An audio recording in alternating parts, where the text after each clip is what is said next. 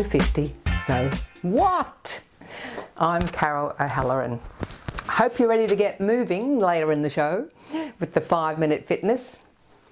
Would you believe I recently met the youngest viewer who watches the show? 5-year-old Yogi. He loves the 5-minute fitness segment. Hi Yogi. If you're lucky enough to have grandchildren, why not get them to join in with you?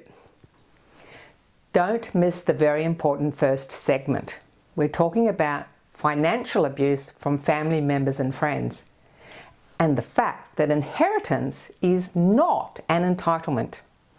There is support available for you and your loved ones. Lastly, we're going cycling with a mature group, including one person over 60 who had never ridden a bike and one 77-year-old who hadn't been on a bike for 60 years. You can get back on your bike at any age.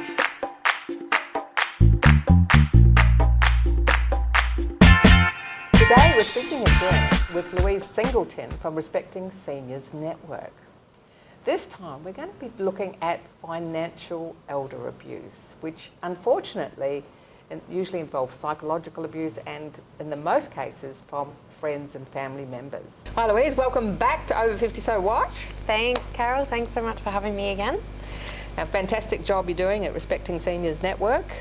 And you've got, can you give us a snapshot about what for those people who haven't seen you before, what is the Respecting Seniors Network? So the Respecting Seniors Network is made up of individuals, community members, organisations and professionals who are working towards ending ageism and ending abuse towards older people.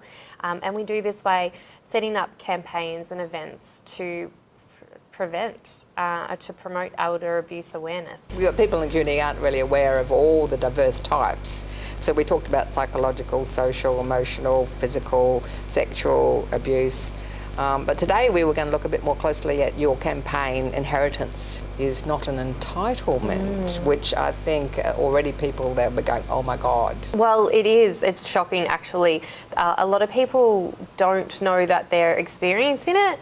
Some perpetrators don't know that they're even doing it as well. I know personally myself, I've witnessed, people in their 60s even being abused by their children financially. It's so common. It's one of the most common forms of elder abuse. And unfortunately, you're right, it does happen from family, from relatives, from friends, from somebody close to them. And those perpetrators might not even know that they're doing it themselves. The victims might not even know that they're actually experiencing it. Yeah, you've got some myths around it, like, oh yeah, they've saved their money, they're not going to use it, the money belongs to me, oh, I'm not going to bother buying a house because I'm going to get my parents' house, Can you give us some of those myths? Absolutely, I've actually got some videos for you to watch right now, Carol. They're going to inherit the money in my will anyhow. I suppose it's best that I give it to them now. Family members are only legally entitled to property they might inherit after their older relative dies, not before. Family members often feel entitled to or impatient to access their future inheritance and can pressure their older relatives to hand over their house, money or other assets before they die. This is a form of financial elder abuse, and it is becoming an increasing problem in Australia. If someone you know is feeling pressured by relatives to hand over their assets, support is available. Can you talk us through some of the myths around financial abuse? People think it's like normal behaviour, but it's not. It's not acceptable behaviour. No, it's absolutely not acceptable. It's not okay. People are not entitled to an older person's assets or what they think might be their inheritance, unless that person has made that clear in a legal procedure, in a will, in some form of a document. So it's not okay to really assume, okay, this is my future money anyway, I'll just tap into it now. For example, someone might come and care for their older relative and then pay their bills for them, and then they start paying their own bills with their card. That's not okay. They might buy their groceries by using this relative's card, and then buy their own groceries as well, and just think, well, I'm looking after them, I'm caring for them, I'm entitled to this, I'm allowed to take a little bit, it's okay. Unless that person has specified that, yeah, it's okay, or it's an agreement and it's not really okay. In some cases, they'd be almost bullied or coerced or emotionally controlled into saying, sure, it's fine to buy groceries on my card. So they might feel they might lose the relationship with their child or grandchild or whatever by saying, no, please just buy my groceries. Well, that's absolutely another issue. And that's a common thing as well, withholding grandchildren and withholding visits to grandchildren if a grandparent doesn't give their adult child, child money. That adult child might say, well, you're not seeing granddaughter today or on the weekend. You won't get to see them unless you buy me this. And a lot of the times as well, people with a substance abuse, people with a substance addiction are perpetrating violence too, or are perpetrating financial abuse and elder abuse. So there are so many supports out there as well, so who focus on mediation and fixing those relationship issues.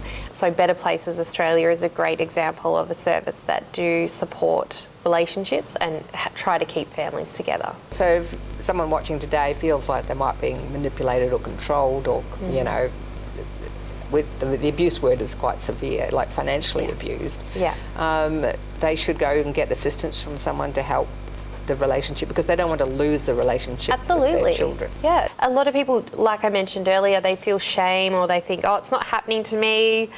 Jimmy would never do that to me, and they feel like maybe they've failed as a parent, or they don't want to admit that maybe there's an issue going on, or they're embarrassed, or they're really hurt.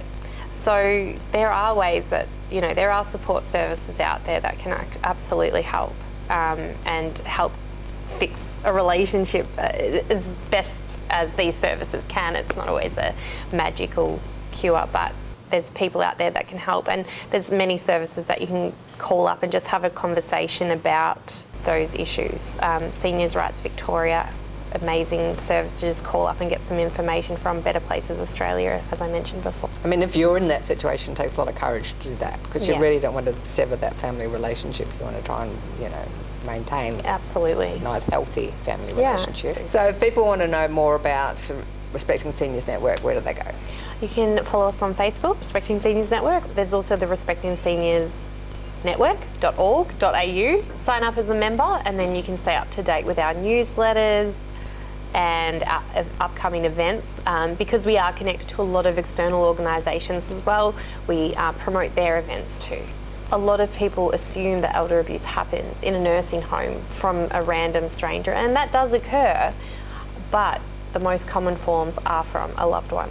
Well, thanks for helping us to raise a level of awareness to the viewers that are watching. So I think we're all going to be richer for your good work, getting the message out there so everyone really understands what elder abuse is and how diverse it is and how easily it can slide into elder abuse behaviours.